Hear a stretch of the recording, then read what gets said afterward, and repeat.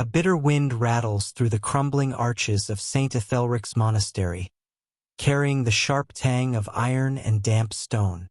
The air bites at the cheeks, sharp as a whip, threading through the empty cloisters with a sibilant hiss. Candles, still clinging to their final stubs, flicker weakly against the cold, casting long, ghostly shadows that crawl across frost-coated flagstones. Once, these halls breathed devotion. Incense had hung thick and sweet, prayers had curled into the high vaults, and the low hum of monastic life had filled every corner. Now silence reigns, broken only by the skitter of rats and the groan of timber struggling under centuries of neglect. The abbot's quarters lie frozen in time, a testament to solitude and secrets. Beneath a loose floorboard, a journal rests, its pages brittle and curling, ink faded to sepia whispers. Each word is a heartbeat of sorrow, chronicling forbidden liaisons and punishments carved in the marrow of flesh and conscience. The air here smells faintly of old wood and mildew, a stench that clings to the memory of those who once knelt here, heads bowed, hands trembling, hearts heavy with guilt. In the shadows, the faint trace of candle smoke hangs, as if the spirits of the past have yet to depart. In the dormitory, mattresses lie abandoned, the faint scent of sweat and sickness lingering stubbornly. They are monuments to lives extinguished too soon, victims of fever, famine, and unrelenting toil. The floorboards creak under imagined footsteps, echoing the restless energy of monks who had once shuffled through these corridors in chains of ritual and discipline. One can almost hear the whispered prayers of the dying, the rustle of robes over straw, the quiet prayers for mercy that went unheard. Time has not softened these walls. It has pressed them into the shape of grief itself. Through shattered stained glass, shards of crimson and sapphire catch the wan light, scattering fragmented color across the altar. The chalice, tarnished and cold, waits patiently, a silent witness to sins long hidden: theft, betrayal, desire. Its silver surface is clouded, yet it reflects faintly the stained history of devotion turned to obsession, compassion turned to cruelty. Here, in this quiet, one senses the weight of faith and folly intertwined, each day a battle between human frailty and the divine order the monks had vowed to uphold. The altar stands not as a place of solace, but as a monument to the unfulfilled, a reminder that holiness can decay as easily as flesh. Outside, the garden sprawls, untamed and wild, a tangle of weeds, thorns, and half-forgotten herbs. The wind whispers through the brambles, carrying the echo of rituals once celebrated in the soft embrace of firelight. Vows had been sworn under the pale gaze of the moon, promises etched in silence, and then broken in shadows.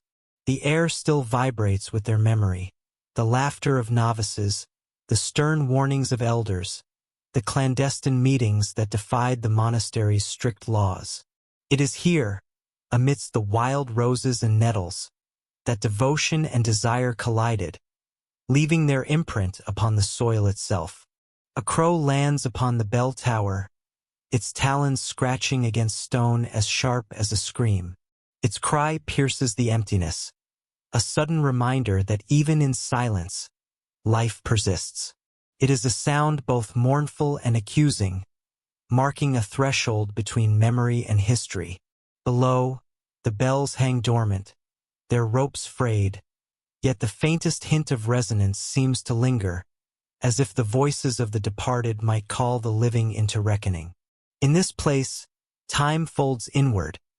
Centuries collapse into a single, fragile present, where the air is heavy with remembrance and foreboding alike. Every wall, every stone, every splintered beam seems to breathe despair. The monastery is no longer a sanctuary. It is a mausoleum of human frailty, a cathedral to absence. The corridors, dark and narrow, press upon the observer, urging them to feel the weight of uncounted lives. Footsteps would be swallowed by shadows. Voices would dissolve into the chill. Here, sin and devotion are inseparable, tangled like the ivy climbing the outer walls, and the scent of decay mingles with the memory of incense. One could wander these halls for a lifetime and still feel the pulse of what was lost: hope, fervor, fear, and betrayal. And yet, beneath the ruin, beneath the silence, there is a stubborn whisper of life. A candle stub, a thread of smoke curling toward the rafters, a single bird calling to the wind. The monastery holds its secrets tightly, yet it offers glimpses of the men who once walked these stone corridors, men whose hands bore the scars of labor, whose hearts wrestled with divine law and human longing. Their lives, etched in sorrow and fleeting joy, linger like a faint melody in the cold, waiting to be remembered, demanding that their story be carried forward through the ages. The frost clings to the carved arches, turning their intricate designs into frozen lace. Each pattern, each symbol, had been an expression of faith and artistry, now muted by the slow violence of time. Yet even in this decay, one senses the human desire to reach for the divine, to leave a mark upon the world that would outlast flesh and bone. In the interplay of shadow and frost, of wind and stone, the monastery whispers its history, of prayers offered, of secrets buried, of sins confessed and forgotten, of devotion both pure and corrupted. And when night falls, the darkness does not simply descend. It swallows, enveloping every corridor and cloister in an almost tangible weight. The wind carries the faint, metallic scent of blood long dried, mingling with the earthy musk of rot. One could almost hear the rustle of tattered robes, the soft shuffle of bare feet, the muffled cries that once punctuated these sacred halls. Even the moonlight, when it pierces the broken windows, seems to illuminate not the beauty of devotion, but the fragility of all things human. In this light, the monastery is not holy. It is human, messy, desperate, mortal. And yet, in that very mortality, there is a strange, persistent dignity. The monastery, though decayed, still holds the echo of every life that passed through it. The crow atop the bell tower calls again, and in its cry, one hears the resonance of centuries, the intertwined joys and horrors, the silent prayers that rose to a God who may have been absent. In its desolation, the monastery teaches a quiet lesson, that the weight of history is never just stone and dust, but the fragile, beating hearts of those who once called it home. As the wind stirs the thorns outside, as shadows creep along the frost-lined cloisters, one senses a story yet unfinished. The past presses close, demanding acknowledgement. It whispers of shame and devotion, of hunger and fear, of hands that built and hands that betrayed. And through it all, the monastery stands, a mausoleum of memory, awaiting the next witness to walk its halls, to hear its sighs, to feel the pulse of lives etched into every stone, and to carry that memory forward into the unknown chapters yet to unfold. Mist curls around the ivy-laced walls of Keldron Priory, seeping through the narrow cracks in the timbered roof and drifting down to the damp, uneven stone floors. It carries with it the scent of moss, wet earth, and the faint bitterness of decay, a perfume of abandonment that seems to cling to the bones of the building itself. The air is thick with history, though it is a history weighed down not by grandeur but by whispered horrors, by secrets that shivered through the cloisters like restless spirits. Inside, the echo of chanting lingers as if the monks' voices had been trapped in the stonework. It is a chant that no longer belongs to living mouths, only to the memory of devotion that once trembled under the high, vaulted ceilings. The rhythm of prayer, once a lifeline for souls seeking the divine, is now a ghostly cadence, twisting through empty corridors, turning corners where shadows gather in unnatural shapes. Even the faintest footstep sets the silence trembling, as if the building itself were breathing, listening, waiting to remind visitors that these walls have seen too much. A novice's diary lies open on a wooden bench, its ink smeared by tears and rain. The pages are warped, the handwriting uneven, a trembling testament to nights spent in silent terror of the abbot's wrath. Each word is a heartbeat, each sentence a gasp stifled in fear. The novice speaks of hunger gnawing beneath the ribs, of prayers muttered under trembling lips, of cold draughts that cut through the thin woolen habit and crawled into the marrow of his bones. And always, the shadow of the abbot, towering, judgmental, and merciless, lurks over every sentence, a dark figure stitched into the diary like a stain that cannot be erased. In the refectory, the long tables sag under the weight of rusting silverware, relics of a communion turned macabre. Plates that once held bread and pottage now bear the orange patina of neglect. Candles, their wicks long blackened, leave wax drippings frozen mid-fall, frozen time in the theater of absence. Hunger, that quiet tyrant, once stalked these tables with unyielding precision. Disease followed in its footsteps, whispering its insidious promises through the chill air, claiming bodies that once knelt in hope and leaving only the echo of their prayers. Each chair, each bench, now a monument to absence, speaks in silence, the room itself an archive of desperation. The monastery's library is a labyrinth of dust, a sanctuary for knowledge now abandoned. Manuscripts with cracked leather bindings and ink faded into ghostly shadows lie scattered, their words waiting for eyes that will never return. Some contain forbidden knowledge, words that trembled on the edge of heresy, tempting minds with glimpses of what should not be known. Others tell of lives devoted to piety, yet they too lie in decay, their wisdom suffocated beneath layers of neglect. The air smells of parchment and mildew, of intellect abandoned and devotion betrayed. It is a library of ghosts, where each book is a mirror reflecting the fears, ambitions, and secret sins of those who once dared to read. A veil of candle smoke lingers in the air, a remnant of prayers offered for sins that cannot be absolved. It clings to the rafters, to the walls, to the wooden pews like a spectral thread connecting the past to this hollow present. The smoke dances in the slanted light, weaving through the dust motes that hang in the beams, as though even the air remembered the fervent pleas, the whispered confessions, the frantic cries of monks seeking mercy they could never receive. Silence cannot erase it, and time cannot wash it away. It is a residue of devotion turned tragic, a perfume of human hope and human folly intermingled. Outside, the courtyard is a graveyard of stone statues, each one eroded into indistinct grief. Faces are smooth, eyes hollowed by centuries of wind and rain, mouths open in frozen lament.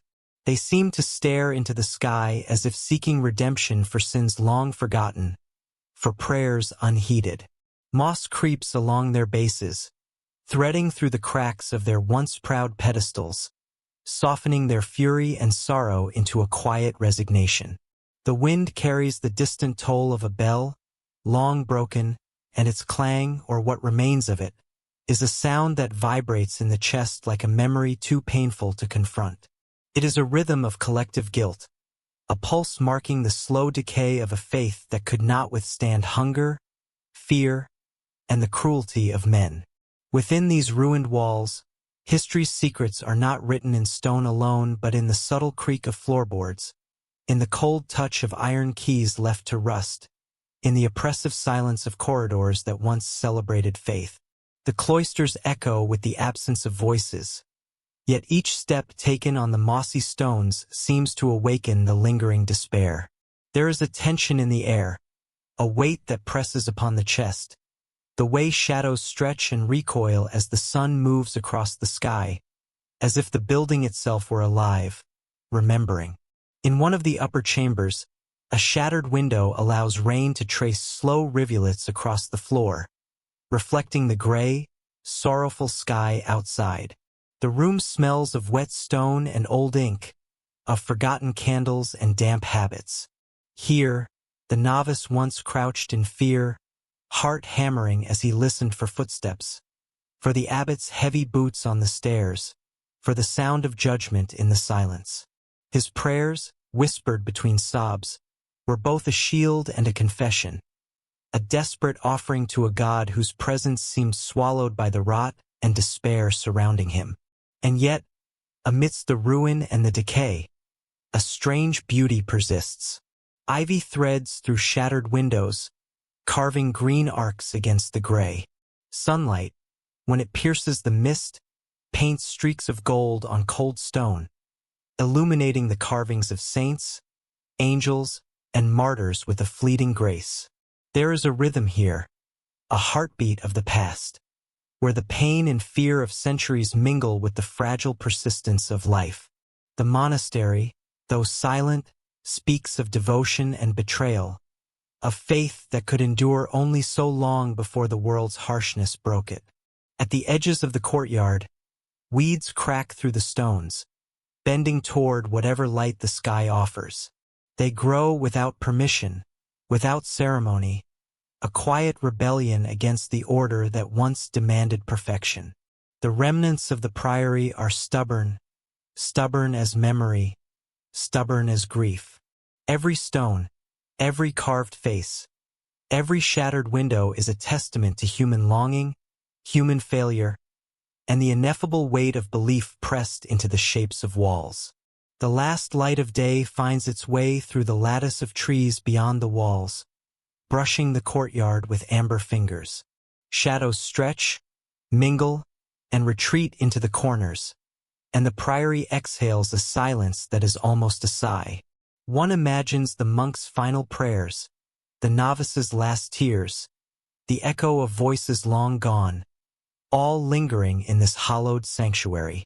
The wind stirs the ivy, the broken bell shivers in its tower, and the mist thickens once more, swallowing everything in a gray embrace that is at once mournful and protective. Keldron Priory stands as a monument not to triumph but to endurance, to the persistence of memory, to the traces left behind when faith, fear, and human frailty collide. Within these walls, the world outside seems distant, almost unreal. The secrets of the past are embedded in every stone, every shadow, every whisper of wind.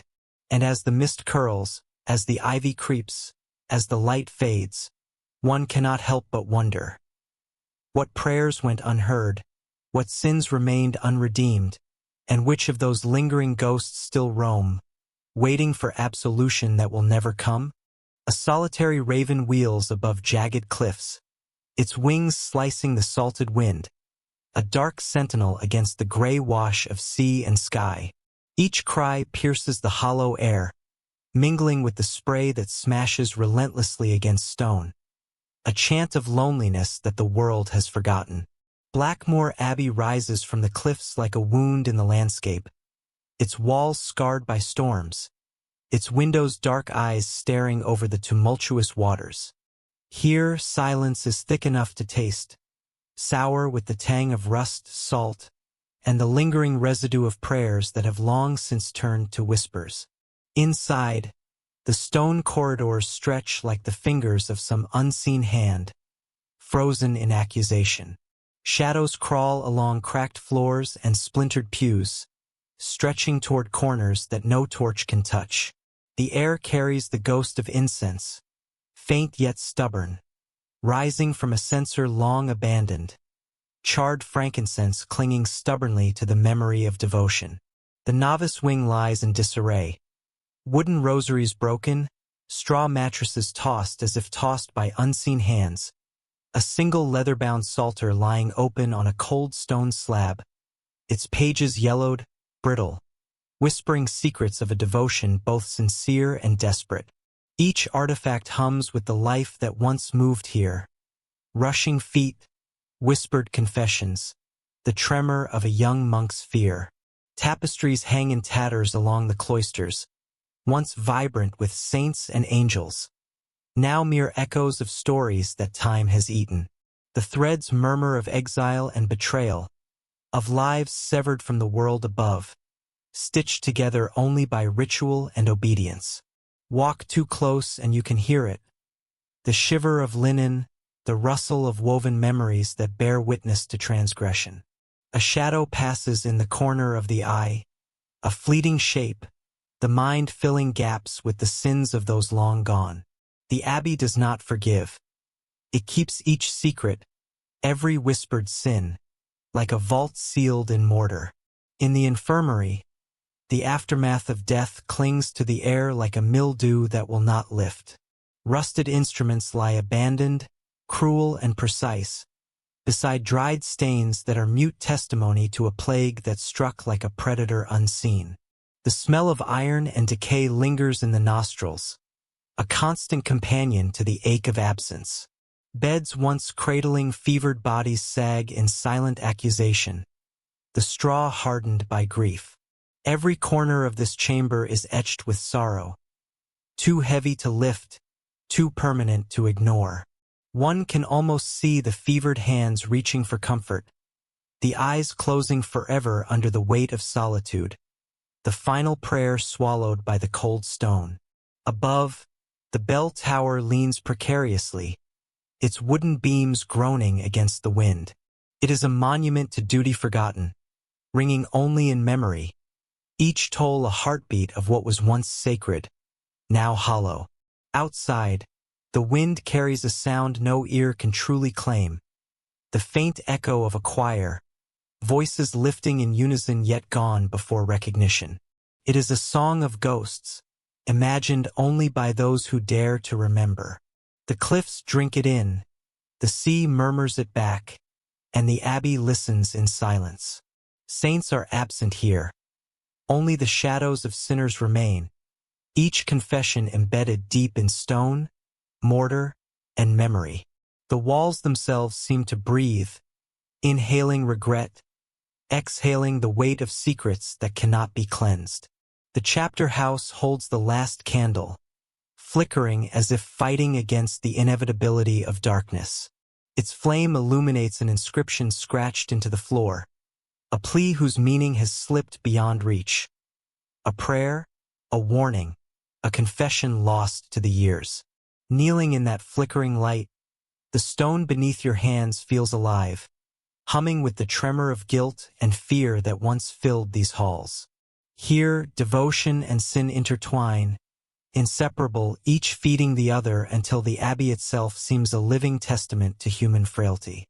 One can almost hear the whispers of monks long gone, each syllable a thread in the tapestry of despair and hope that still clings to this place. The wind presses through broken windows, carrying the scent of the sea and the salt-stung air of the cliffs. It carries memory too, the scraping of boots along the flagstones, the murmur of prayers, the soft sobs of those who could not endure. And yet, the abbey waits. It does not judge. It merely watches. The stones have seen hunger gnaw through bodies, betrayal crack the hearts of brothers, and devotion bend under the strain of mortality. Each echo in the corridors is both lament and lullaby, a rhythm that holds time captive, tethering the past to a present that refuses to move. A single door creaks against its hinges, and in that sound is the weight of countless departures. Novices sent into the world with trembling hands, monks exiled for sins too great to confess aloud, pilgrims who came seeking redemption and found only shadow. Every gust of wind through the halls carries these stories, and the abbey's stones remember every one. To walk here is to tread on memory, to inhale centuries of devotion, despair, and fleeting hope. Each step is a dialogue with the past, and every pause a conversation with absence. In the solitude of the scriptorium, faded ink on parchment murmurs of knowledge hoarded and prayers unspoken. A quill, brittle with age, lies alongside texts that sought to make sense of the world, to codify the divine. But the pages are stained with more than ink. They carry the fingerprint of tears, the smudge of fevered palms, the indelible mark of lives tethered to ritual yet untethered by fate. The abbey is both sanctuary and prison, a place where the boundary between sin and sanctity has blurred over centuries. Outside, the cliffs weep under the relentless sea, and the raven circles again, casting a watchful eye over Blackmoor Abbey, a dark crown upon jagged cliffs. The horizon is heavy with cloud, yet through the gloom, a faint glimmer of light hints at what might still linger. Hope, perhaps, or merely the stubborn persistence of memory. Somewhere deep within the stone, the final candle's flame flickers once more, trembling, holding on to life as if it alone could preserve the secrets and stories embedded in every corner of this ancient sanctuary. And in that trembling light, the abbey exhales, waiting, remembering, bearing witness to all that it cannot forget. Sunlight struggles through the half-collapsed roof of Ardinghall Abbey, scattering gold upon dust motes that drift like restless spirits. Each beam strikes the splintered timbers with a fragile clarity, illuminating the remnants of devotion abandoned to time. The air hangs thick with the scent of mildew, mingling with the acrid tang of charred wood, remnants of fires meant to conceal truths that whispered too dangerously in daylight. Here, every shadow seems to breathe, carrying the weight of secrets too heavy for voices to bear. In the scriptorium, the silence is deafening. Once, hands ink-stained and trembling traced the delicate lines of illuminated manuscripts, laboring to preserve wisdom and faith. Now the desks sag beneath the dust, papers curled and brittle, as though the walls themselves mourn the absence of prayer. A faint draft courses through the broken windows, stirring the tattered veil of a novice that hangs like a specter from a cracked pew. It sways with the rhythm of invisible steps, perhaps a monk returning in memory alone, or a conscience that cannot rest. Beneath a trapdoor, hidden from the light, bones lie stacked in meticulous order. Their arrangement is precise, unnatural, an echo of ritual, obedience, or cruelty. Each femur, each skull, whispers of lives surrendered to silence, to devotion, or to the darker impulses of men who claimed sanctity as armor.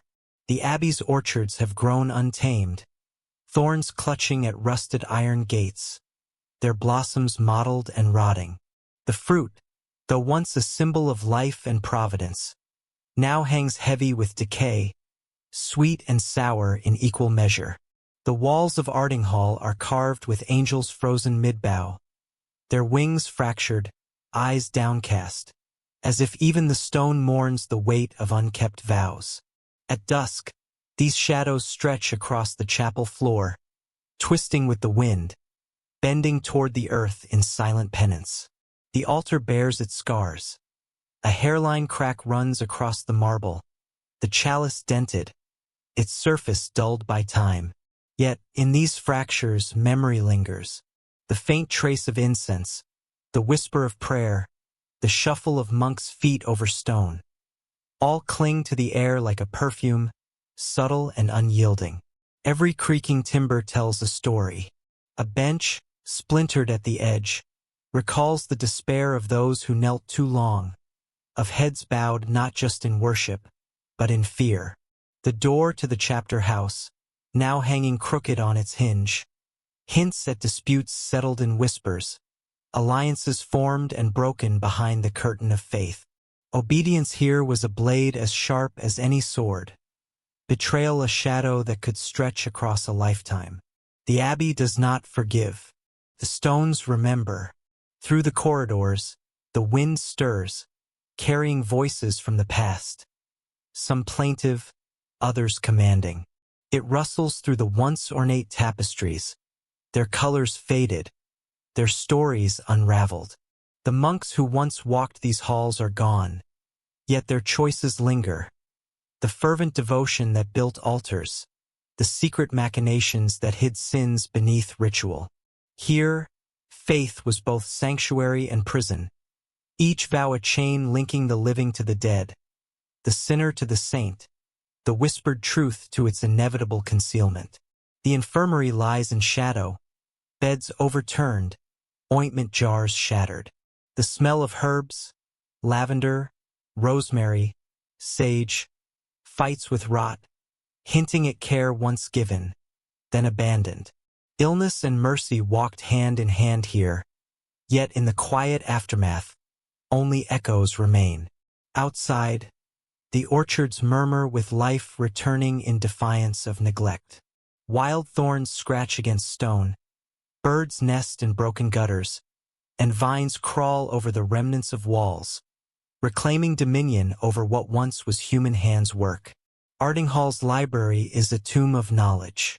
Manuscripts lie in heaps, their vellum pages curling, inks faded to rust. Here, the monks' devotion to preservation became obsession. They chased divine order in words and illustrations, yet time has shown a harsher law, that knowledge, like life, is fragile, vulnerable to fire, decay, and neglect. Some books still whisper, pages catching in drafts, revealing glimpses of psalms, of alchemical recipes, of prayers meant to bend the world toward God's will. Yet, despite ruin, a strange beauty persists.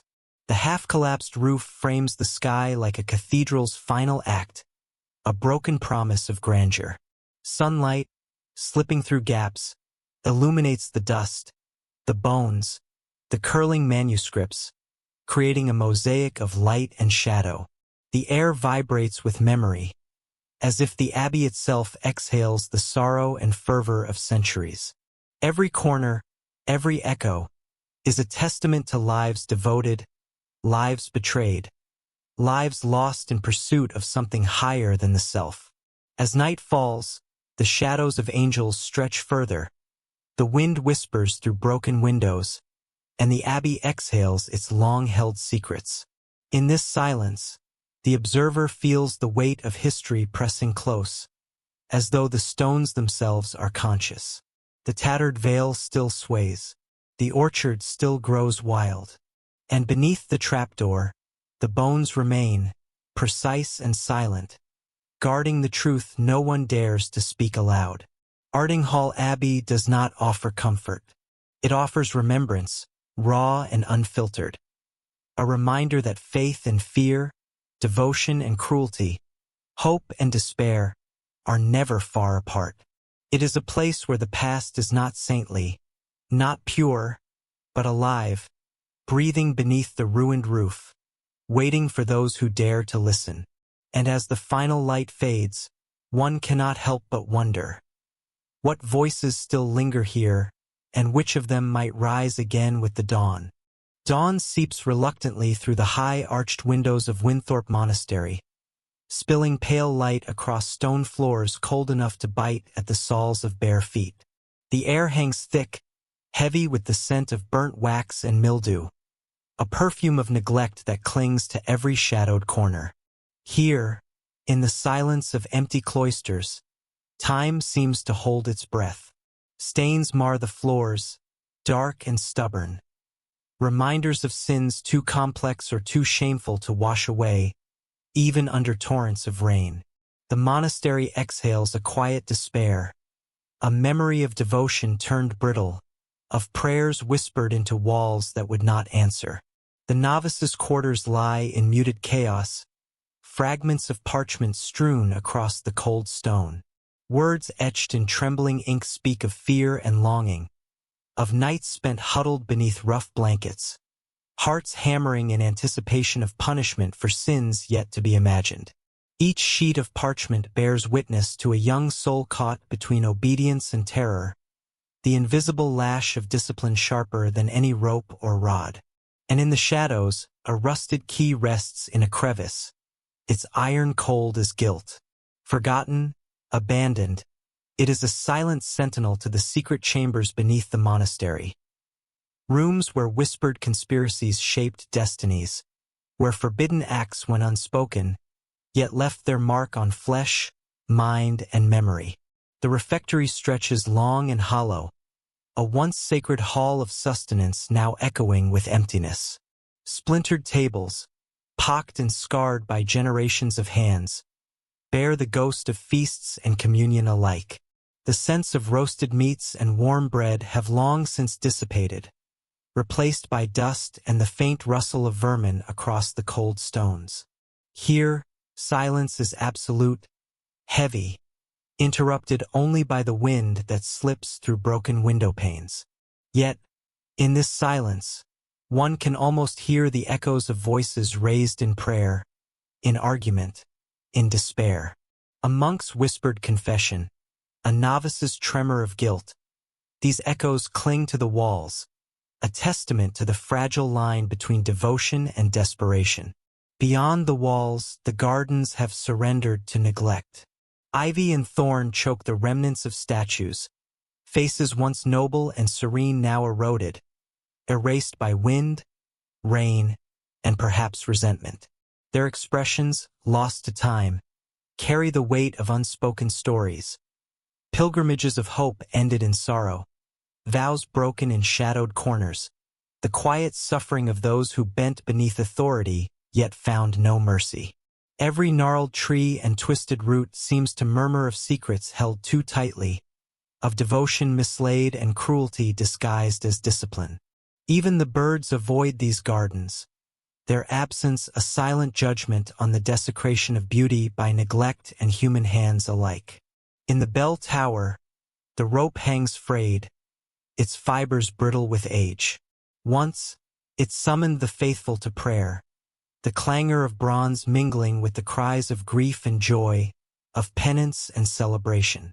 Now, it is mute, a skeleton of sound, holding only memories that tremble in the chill air.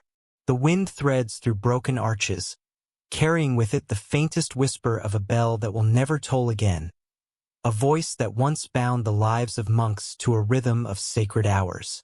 Each floor of the tower is littered with the detritus of neglect, yet the weight of what once was obedience, faith, fear remains palpable, pressing against the ribs of the building as if the stones themselves remember every heartbeat that passed beneath their gaze.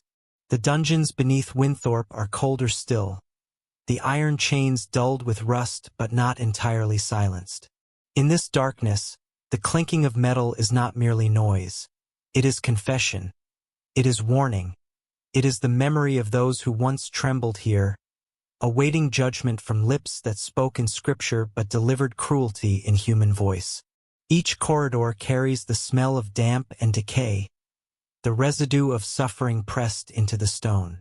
Footfalls echo endlessly, even in absence, and the shadows twist as if alive, coiling around the imagination and refusing to relinquish the weight of guilt carried here through centuries. Every corridor, every hollowed alcove, whispers the same unrelenting truth. Devotion is fragile, guilt enduring. Monks who sought sanctity found only the machinery of fear. Novices who dreamed of heaven found themselves lost in labyrinths of obedience, where a misstep could unravel the very fabric of their lives. Secrets where currency lies their coin, and as the sun climbs higher, its reluctant light falls upon walls that have absorbed it all. The prayers, the screams, the silent tears, the whispered betrayals that never reach the ears of the living. In the scriptorium, a solitary desk leans against a cracked wall, its surface scarred by quills and inkpots toppled in haste or despair. Dust coats the manuscripts, yet the words still carry weight. Tales of visions and heresies, of holy devotion twisted by fear, of young hands forced to write confessions not their own. Each line is a thread woven into the tapestry of Winthorpe's haunted history. Here, history is not merely remembered. It is felt, coursing through the veins of stone and shadow, a living testament to what humanity can endure and inflict upon itself. And outside, beyond the high walls, the world moves on. Yet Winthorpe remains, silent, steadfast, unforgiving. Its gardens choke on memories, its towers hold the echoes of devotion, and its halls keep the secrets of those who lived, prayed, and suffered within. Every step taken here is a dialogue with the past, a negotiation with ghosts who never left. The monastery is no longer a home for the living, nor simply a relic for the curious. It is a mirror reflecting the fragile line between sacred and profane, between mercy and cruelty, between human ambition and human frailty. As the day advances, light creeps along the cold stones, brushing against the remnants of faith and fear alike. Shadows stretch long and uncertain, curling around corners where time seems to have paused. The scent of mildew rises again, mingling with the metallic tang of iron, reminding all who enter that some histories cannot be washed clean, some sins cannot be absolved. And in that quiet, almost imperceptible moment, one might feel the weight of every vow broken, every fear endured, every secret kept in the dim recesses of this forsaken sanctuary. Winthorpe is not merely a place. It is a living memory, a cathedral of silence and shadow, a vessel where the human heart, in all its devotion and despair, continues to echo long after the voices have faded. And yet, for all its desolation, Winthorpe holds a strange magnetism, a reminder that even in abandonment, the traces of life and devotion endure. One imagines footsteps echoing again, the rustle of robes along stone corridors, the quiet prayers whispered in corners untouched by time. Somewhere in the depths, a key waits, a lock invites, a secret yearns to be remembered. Outside, the wind stirs the gardens, brushing against statues that once commanded reverence, hinting at the stories yet untold. The monastery waits, patient and unyielding, as if reminding the world that even in silence, history breathes, and that every shadow, every stone, carries a story, waiting for those brave enough to see. And so, as the last light of morning fades into the creeping chill of mid-morning, one cannot help but wonder what lies beneath, beyond, and within Winthorpe's ancient walls. The weight of devotion, the burden of guilt, the whispers of secrets, they linger still, and they will not be forgotten. In that quiet, haunted balance between past and present, the monastery keeps watch, its stones absorbing the sorrows of centuries, and the world outside carries on unaware. But within these walls, the echoes remain, and Winthorpe endures, silent, eternal, and unforgettable. Rain hammers against the roof of Durnwald Priory, each drop a cold drum on fractured stone. It runs in rivulets down moss-darkened walls, carrying with it the earthy tang of wet clay and the metallic bite of iron. The wind shudders through broken windows, rattling shutters that have not moved for decades, and the forest beyond sighs under the weight of storm-laden branches. Inside, the silence is heavy, broken only by the groan of ancient timbers, the slow drip of water falling from a fractured gutter, and the occasional flutter of a bird startled from its hiding place. It is the kind of silence that remembers, echoes of prayers long ceased, vows long broken, and footsteps that will never return. The chapter house lies in ruin, a sanctum of abandoned devotion. Scrolls, once meticulously scribed, lie strewn across cold stone floors. Some bear confessions written in trembling hands, ink smudged by tears or fear. Others hold the names of monks exiled, their transgressions catalogued in cryptic script, hidden from the eyes of the world. The walls seem to lean closer, as though straining to read what has been left behind, to witness what remains of lives interrupted. The air carries the faint trace of incense and candle wax, now mingled with the must of rot and dust, creating a perfume of decay that is almost reverent in its weight. In the kitchen, the remnants of sudden departure linger like ghosts. Rusted utensils lean against blackened cauldrons, vessels once vital to the rhythms of daily life now silent and cold. Pots still hold the shadow of meals unfinished, a fire extinguished before it could fully rise. Each object whispers its own story, of hunger stilled by fear, of hands that once labored in devotion now stilled, absent. The hearth is choked with soot, the flue broken and silent, and a single broken ladle rests atop the stones, its handle warped from years of neglect.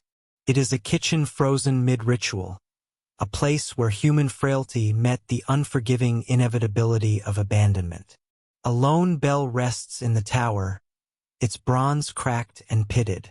It once rang across the valley, summoning the faithful to prayer, warning of storms, or heralding the passing of souls. Now it is silent, half buried beneath the shadows of its own making, a testament to vows broken, to promises left unfulfilled. Touch it and it would shatter further. Hear it and it murmurs only the memory of devotion that could not withstand the pull of human weakness. The tower leans slightly to the east, as though bowing under the weight of its own secrets, and from its heights the wind carries the sound of what has been lost, rustling through the cloisters in sorrowful sighs. Outside, the cloisters have become a labyrinth of memory and neglect.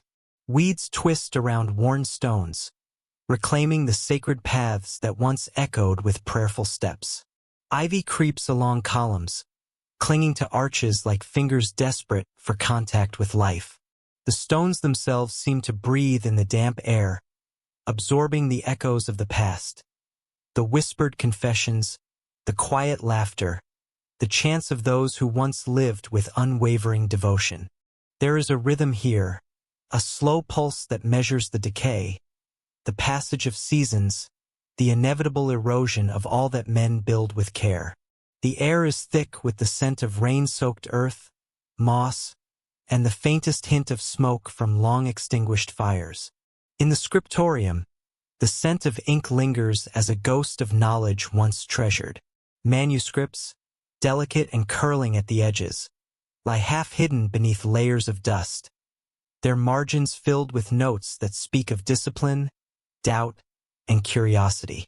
Quills, dried and brittle, lean like skeleton fingers against pots of hardened ink. The monks who once poured their lives into these pages imagined eternity in their work, believed their words could outlast their bodies. But eternity has taken another form, leaving only the silent pages to remember them. And yet, in the quiet, if one listens closely, it is possible to hear the scratching of a quill across parchment, the whispered musings of those who refused to let their wisdom die entirely. Every corridor, every arch, every shadow seems alive with presence. Durnwald is a place suspended between memory and oblivion. Here, the sacred and the profane are inseparable. Devotion and despair, hope and fear, linger together in the same cold air. The echoes of footsteps that will never come again brush past like wind against the walls.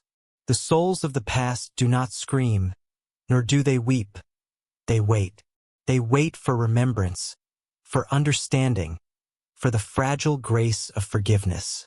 Some might call it haunted. Others might say it is simply truth, the weight of human life, captured in stone, in ink, in rain. It is impossible not to feel the tension of lives lived under austerity and discipline, of hearts bound by faith yet capable of betrayal. In the dim light filtering through fractured windows, one can almost see them. The monk kneeling by his desk, quill poised, wrestling with conscience. The novice shivering in the cold cloister, caught between obedience and fear. The prior pacing the hallways at night, haunted by decisions that could not be undone. Every shadowed corner, every broken stair, every rotting beam bears witness to the fragility of human endeavor.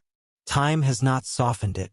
It has preserved it, like the layers of sediment over a forgotten city, a monument to the impermanence of even the most pious intentions. And yet, for all the ruin, there is a strange beauty here. The rain glints on wet stone, reflecting the pale light of a hidden sun. A single green sprout pushes through a crack in the cloister floor, stubborn against the damp and decay. The wind carries the scent of rain-soaked fields, of distant forests and rivers, reminding all who enter that life continues, even where devotion has faltered. It is in this juxtaposition, the silence and the whisper, the decay and the resilience, that Durnwald speaks most clearly. It does not need to tell its story aloud. It is present in every stone, every drop of rain, every shadowed corner. Night descends slowly, and with it comes a hush deeper than the day ever knew. The bell tower throws long, trembling shadows across the courtyard, as though the building itself is shivering under the weight of remembrance. The scrolls, the broken utensils, the abandoned quills, all wait in patient silence. Beyond the walls, the forest leans closer, listening. Somewhere, a fox moves quietly, a living echo of the restless energy that once filled these halls.